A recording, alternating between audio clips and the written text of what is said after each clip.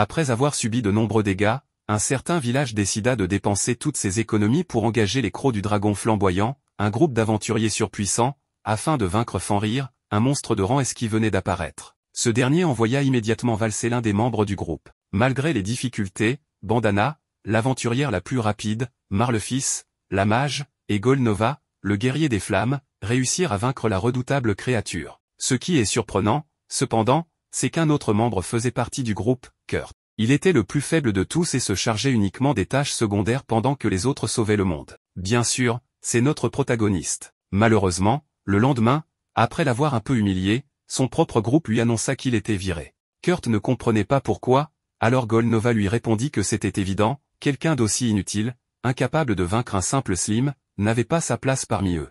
Les deux autres étaient d'accord et trouvaient Kurt encombrant. Malgré ses supplications, ils finirent par l'expulser sans ménagement. Quelques jours plus tard, sans autre option, notre protagoniste se rendit à une agence pour chercher du travail. La réceptionniste commença par lui poser quelques questions et lui fit passer un test d'aptitude. Après avoir noté son nom et son origine, elle voulut savoir ce qu'il faisait avant. Kurt expliqua qu'il s'occupait des tâches mineures pour les crocs du dragon flamboyant, ce qui étonna beaucoup la jeune femme, car ce groupe venait d'être promu au rang SS. Bien qu'embarrassée d'avoir été licenciée, elle lui fit comprendre que cette expérience pourrait l'aider à décrocher une nouvelle opportunité. Vint alors l'évaluation de ses aptitudes. Dans ce monde, elles sont des talents octroyés par les dieux, et l'examen pourrait révéler des capacités que Kurt ignorait posséder. Les aptitudes sont classées de G, le plus bas, à SSS, le plus élevé. Par exemple, quelqu'un avec un rang bas ne pourrait pas trancher des objets durs avec une épée, alors qu'un individu de haut rang le ferait aisément. Kurt y vit une nouvelle chance, du moins jusqu'à ce qu'il découvre que toutes ses aptitudes étaient classées rang G, sans exception.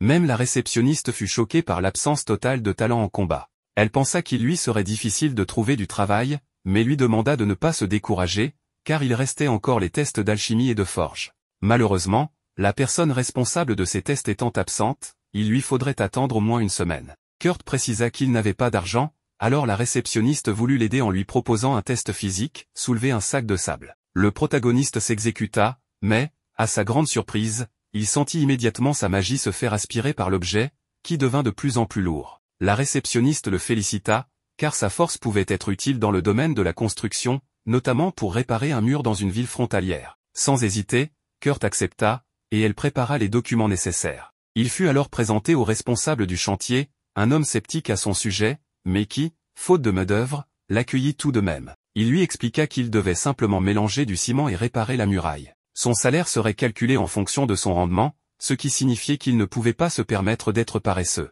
Kurt se demanda s'il devait renforcer le ciment avec de la magie, mais comme son supérieur ne le lui avait pas précisé, il supposa que c'était une chose tellement basique qu'il n'avait pas jugé utile de le mentionner. Déterminé à prouver sa valeur, il se donna à fond. Lorsqu'il revint plus tard, le chef du chantier resta sans voix. Il ne comprenait pas ce que Kurt venait de faire, avec peu de matériel et en seulement 3 heures, il avait réparé un tiers de l'énorme mur ouest. Le blond demande à Kurt comment il est arrivé en hauteur alors qu'il n'y a même pas d'escalier. Kurt lui explique qu'il a préparé le ciment, l'a lancé pour qu'il adhère, puis l'a étalé avec ce bâton. Le type ne sait pas quoi en penser et lui demande combien de jours il aimerait travailler. Kurt avoue qu'une semaine serait incroyable. Le responsable trouve cela parfait, lui annonce qu'il peut partir pour aujourd'hui et s'excuse pour le paiement, expliquant que c'est tout ce qu'il peut lui donner pour l'instant, mais qu'il lui versera beaucoup plus tard. Le protagoniste est super content et se promet de faire encore plus d'efforts demain. Le lendemain, les habitants sont impressionnés par les progrès réalisés, car cela défie toute logique. Le blond annonce à Kurt qu'à partir de demain, il ne doit plus venir travailler. Kurt ne comprend pas pourquoi, étant donné qu'il a bien travaillé. Le type lui explique que la réparation des murs avait été planifiée pour aider à réduire la pauvreté dans la région, mais qu'à ce rythme, Kurt risque de priver tout le monde de travail. Notre héros ne comprend pas complètement, mais son supérieur lui dit qu'il travaille trop bien et trop vite, et qu'il ne comprend pas ce qu'un type de rang SS ou SSS fait ici à réparer des murs. Il lui remet son dernier salaire et lui conseille d'aller travailler dans la capitale. Kurt n'en revient pas. De retour à l'agence de travail, il remarque une fille en train de faire un scandale. Elle cherche des mineurs pour travailler,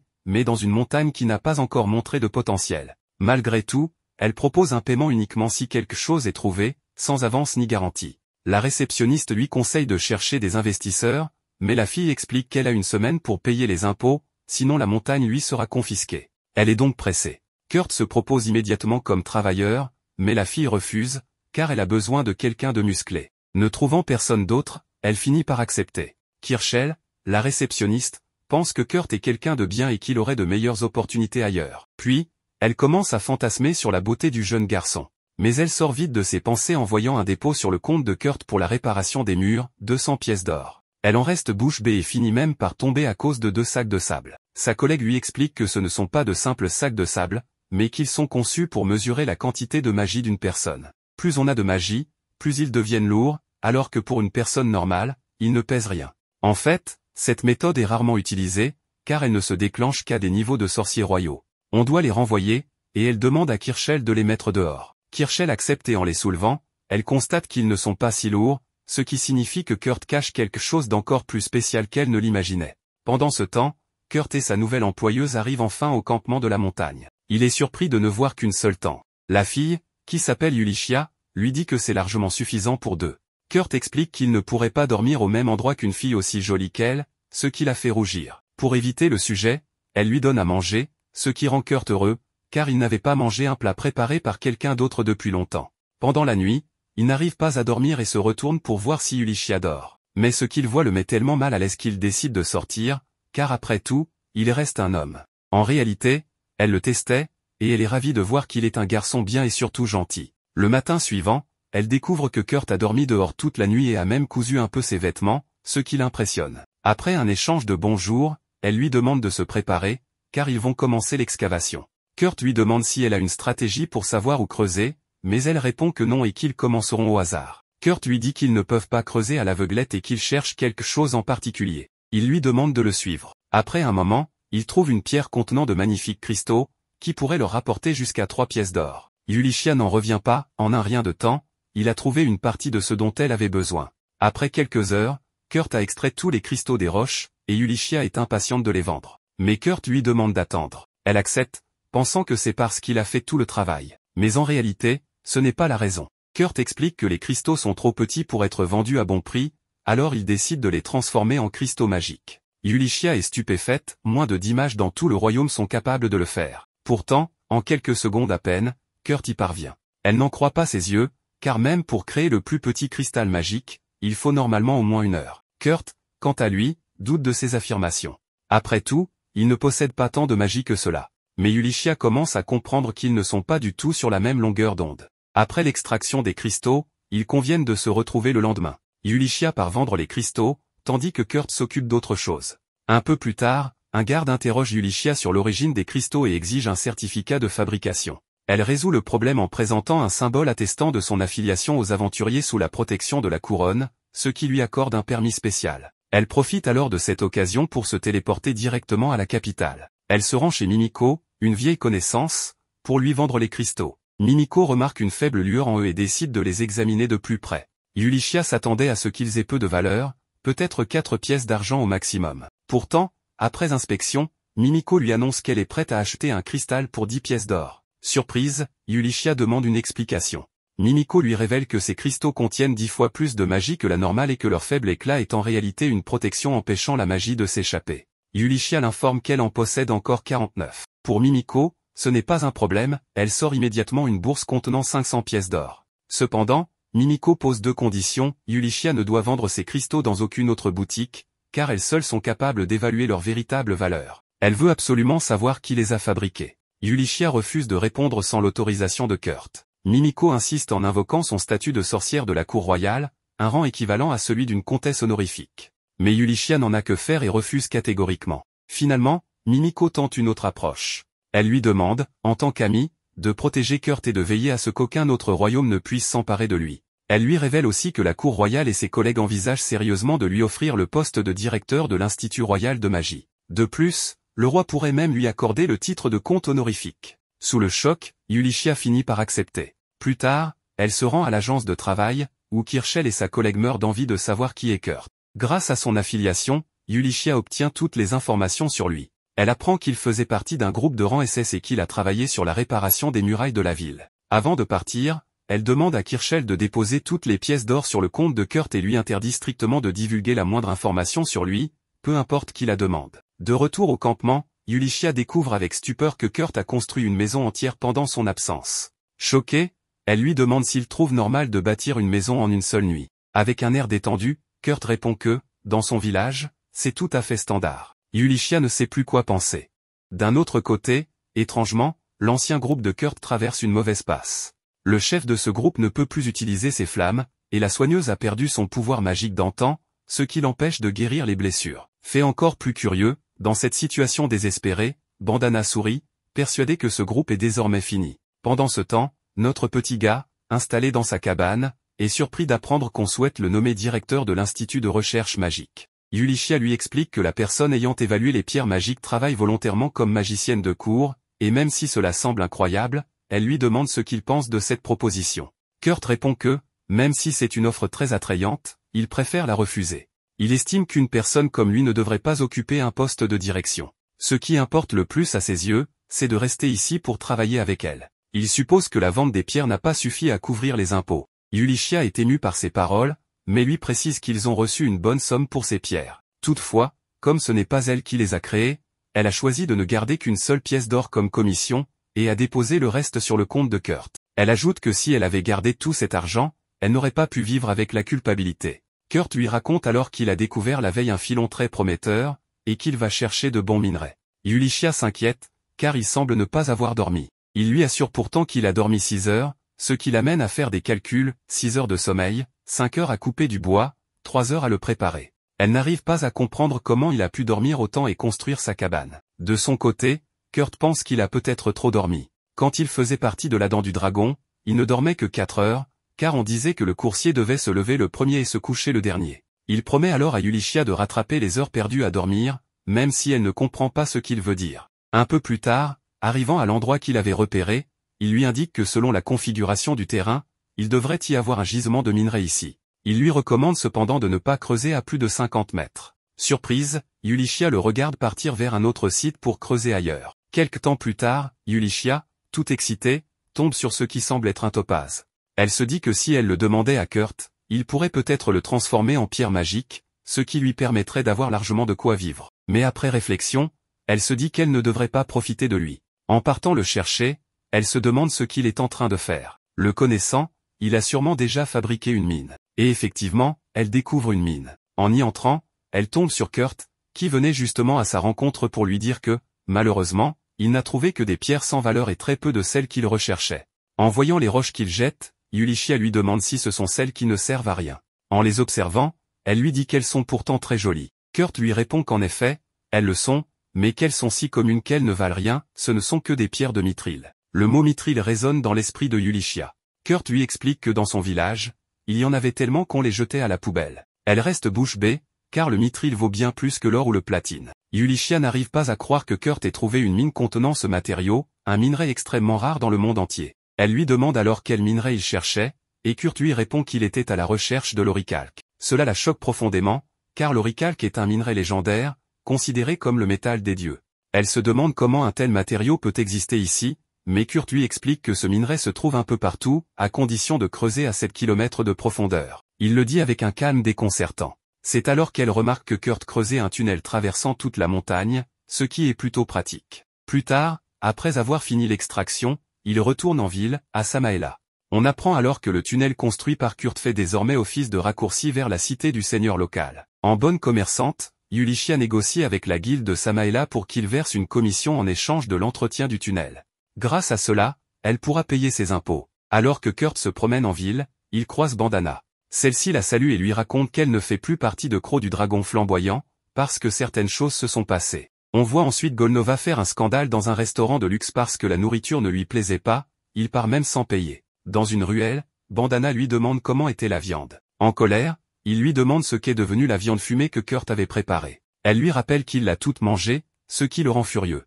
Il la menace avec son épée et lui ordonne de ramener Kurt pour qu'il cuisine pour eux. Et s'il résiste, il l'autorise à le blesser un peu. Elle accepte, mais lui vole rapidement un cristal de téléportation et s'échappe de la ruelle. Il commente alors que, vu le tempérament de Golnova, il était évident qu'un jour, il finirait par être arrêté. Quant à leur autre coéquipière, elle a été sauvée par un appel de l'église. Bandana choisit de ne pas tout lui dire et lui annonce simplement qu'elle a été exclue du groupe, elle ne veut pas impliquer la cible qu'elle doit surveiller. Kurt pense qu'il est désormais impossible pour lui de retourner dans ce groupe. Il confesse qu'il doit beaucoup à Golnova, qu'il l'a toujours admiré. Quelle naïveté! L'ignorance est parfois une vertu. En voyant que Kurt se dirige vers Hello Work à la recherche d'un emploi, Bandana lui propose un poste dans l'atelier d'une amie. Elle lui explique qu'il n'y a que 15 maîtres d'atelier officiellement licenciés dans le pays, et que s'il travaille avec son ami, ce serait d'une grande aide. Kurt accepte, et Bandana lui remet une carte. Lorsqu'il s'éloigne, elle commente, avec un brin de malice, qu'être l'élève du grand sage ne sera pas de tout repos. On nous explique ensuite que les maîtres d'atelier sont des artisans capables de tout fabriquer avec une qualité exceptionnelle. Ils ont le droit d'inventer et de vendre leurs propres créations, et jouissent du même statut que les vicomtes. En arrivant à l'atelier et en frappant à la porte, Kurt est accueilli par une petite elfe qui lui annonce qu'elle est l'assistante du maître d'atelier, et se présente comme Michel Lalakota. Kurt lui dit qu'il vient les aider sur recommandation de Bandana, et la petite elfe l'emmène avec enthousiasme, car elles ont bien besoin d'aide. Mais en entrant dans la maison, Kurt est frappé par une puanteur insupportable. On découvre alors que sa tâche est le ménage. Michel étant très occupée, cela fait déjà 3 semaines qu'elle n'a pas eu le temps de nettoyer. Après cela, Michel part aider sa maîtresse pendant que Kurt enfile son tablier et se prépare à nettoyer. En seulement une demi-heure, il parvient à remettre de l'ordre dans tout ce désastre. Pourtant, ce fichu perfectionniste pense qu'il a mis trop de temps. Il se demande alors ce qu'il pourrait faire ensuite. Clairement, ce type est la définition vivante du mot bosseur. En fouinant un peu dans la maison, il entre dans une pièce où il tombe sur une jeune femme blonde en sous-vêtements.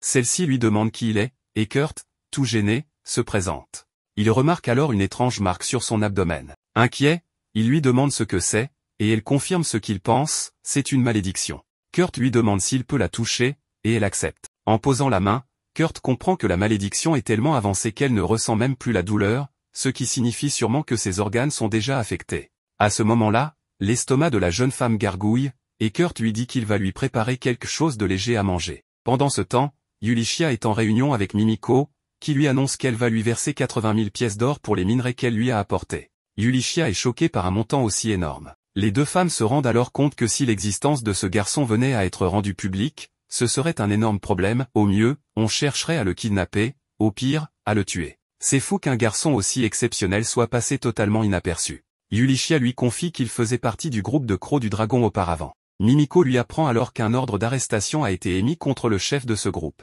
Elle lui demande ce qu'elle compte faire de lui. Yulichia révèle qu'elle pensait soit en faire un maître d'atelier, ou soit, elle sera son garde du corps pour le protéger. Le souci, c'est de réussir à le convaincre, car ce garçon possède un pouvoir immense, mais il n'en a même pas conscience, et en plus, il se sous-estime. De son côté, Kurt croise Ophélia, le maître d'atelier, et s'excuse d'avoir utilisé la cuisine sans permission. Elle lui répond que ce n'est pas grave, et Kurt explique qu'il a cuisiné parce que la jeune fille dans la chambre du fond avait faim. Ophélia lui demande s'il l'a vu. Si c'est le cas, il ne doit en parler à personne, et elle lui demande de lui en faire la promesse. Kurt accepte. Après cela, Ophélia lui remet son paiement et lui dit que c'est tout pour aujourd'hui. Kurt repart heureux d'avoir gagné une belle somme. Ophélia, quant à elle, se sent coupable d'avoir été aussi négligente en laissant un inconnu voir la fille. Elle retrouve ensuite la jeune fille blonde et lui apporte le repas préparé par Kurt. Elle lui demande de fermer les rideaux pour ne pas qu'on la voie, ce serait une catastrophe si cela arrivait. La jeune fille s'excuse auprès de sa maîtresse. Pendant qu'elle ajuste ses vêtements, son estomac gargouille à nouveau.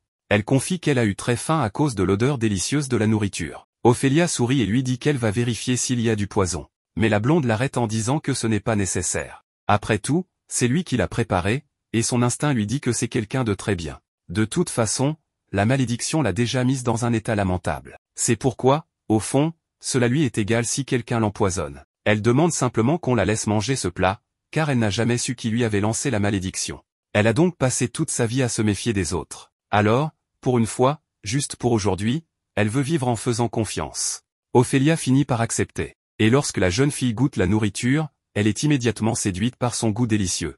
Mais soudainement, elle ressent quelque chose d'étrange dans son corps et s'effondre au sol. Ophélia panique, persuadée que ce fichu garçon a empoisonné sa chère Lise, mais à ce moment-là, la blonde se relève et rassure sa maîtresse, elle va bien. En fait, elle est même complètement guérie. Ophélia n'en revient pas, la malédiction a disparu aussi vite? Incroyable. Pendant ce temps, on voit la personne qui avait jeté la malédiction. Elle s'excuse, en suppliant qu'on lui pardonne, jamais elle n'aurait cru que sa malédiction puisse être brisée. Mais une autre personne, mystérieuse, lui fait savoir que ce n'est plus le moment de se lamenter, d'autres mesures ont déjà été prises. Un peu plus tard, Ophélia retrouve Mimiko. Elle s'excuse d'arriver aussi tard, mais elle a quelque chose d'important à leur montrer. Lorsqu'elle leur présente Liselotte, les jeunes femmes s'inclinent aussitôt devant elle, stupéfaites de voir la troisième princesse ici, alors que selon les rumeurs, elle était censée recevoir un traitement médical quelque part. Ophélia leur révèle la vérité, ce n'était pas une maladie, mais une puissante malédiction. quelqu'un voulait la voir morte. Et pour cause, Liselotte est la seule fille du roi et de la princesse Françoise, celle qui avait quitté l'empire Gurumaku pour l'épouser. Son existence représente la paix entre les deux nations. Autrement dit, ceux qui veulent sa mort cherchent à détruire cette paix fragile. Mimiko bondit pour la serrer dans ses bras, soulagée de la voir saine et sauve. Elle lui promet qu'elles feront tout pour retrouver celui qui lui a jeté la malédiction. Mais elle reste tout de même surprise, si cette malédiction était si puissante, comment a-t-elle pu être brisée? La princesse, rayonnante, lui répond que c'est grâce à un jeune homme nommé Kurt. Ce nom laisse tout le monde sans voix. Même si cela ne peut pas être ignoré, Yulichia n'arrive toujours pas à croire que le simple porridge de Kurt ait suffi à briser la puissante malédiction de la princesse Liselotte. Le fait que Kurt se soit retrouvé impliqué dans toute cette histoire en moins d'1 jour depuis leur séparation choque encore plus Yulichia. Pendant ce temps, Mimiko a identifié plusieurs suspects qu'elle pense être à l'origine du complot visant à assassiner la princesse Liselotte. Puisque l'attaque a pris la forme d'une malédiction, Mimiko en a déduit que le coupable doit être capable d'altérer les sorts anti-malédiction placés partout dans le palais royal. Selon ces informations internes, 3 personnes seulement seraient capables d'un tel exploit. Le premier suspect est Sanovarist Katz, le premier général des forces expéditionnaires royales. Le deuxième est Tristan Menoff, l'évêque de l'église de Polan. Enfin, la troisième est Isadora Arkmama, la troisième reine du royaume. Ophélia donne son avis sur Tristan en suggérant que s'il est le coupable, il aurait pu utiliser ses fidèles dévoués pour manipuler les sorts dans la chambre de Liselotte. De son côté, Liselotte soupçonne sa belle-mère, la troisième reine, affirmant qu'elle a la liberté de circuler dans le palais à tout moment et aurait pu s'y introduire sans se faire remarquer. Cependant, ni l'une ni l'autre ne suspecte le général Sanova, car il ne possède aucun pouvoir magique. Mais Yulichia n'est pas d'accord, elle souligne que Sanova a des liens profonds avec la guilde des voleurs, un groupe connu pour recueillir des informations internes. Il aurait pu utiliser leur aide pour manipuler les sorts de protection. Comme il est impossible d'identifier clairement le coupable, Ophélia propose de tendre un piège, créer un faux atelier d'alchimiste dirigé par un faux maître alchimiste. Il se trouve justement que Liselotte vient d'avoir 15 ans, ce qui fait d'elle une adulte dans ce monde. Selon la tradition, elle doit désormais quitter le palais pour 1 an d'entraînement. Ophélia prévoit donc de l'envoyer dans cet atelier factice, en rendant cette information publique. Ainsi, le coupable essaiera sûrement de l'attaquer à nouveau. Mais avant de pouvoir agir, il devra d'abord chercher des informations sur le maître de l'atelier. Pour éviter cela, ils ont besoin de quelqu'un qui, en gros, n'existe pas. Quelqu'un dont personne ne sait rien. De cette manière, le coupable sera forcé de creuser encore et encore pour obtenir des infos sur ce maître, et finira par laisser des traces derrière lui, des indices qu'Ophélia et les autres pourront exploiter pour l'identifier. Le seul problème maintenant est de savoir qui incarnera ce faux maître alchimiste. Yulichia a déjà la personne parfaite en tête. Elle montre à Ophélia un cristal magique de qualité supérieure fabriqué par Kurt, ce qui fait immédiatement réaliser à tout le monde que non seulement il est parfait pour le rôle, mais qu'il est même un peu trop qualifié. Le lendemain, Kurt se rend à l'atelier d'Ophélia, mais il le trouve fermé. Michel arrive peu après et lui dit que sa maîtresse, Ophélia, est partie hier avec la princesse. Elle conseille à Kurt de revenir le lendemain.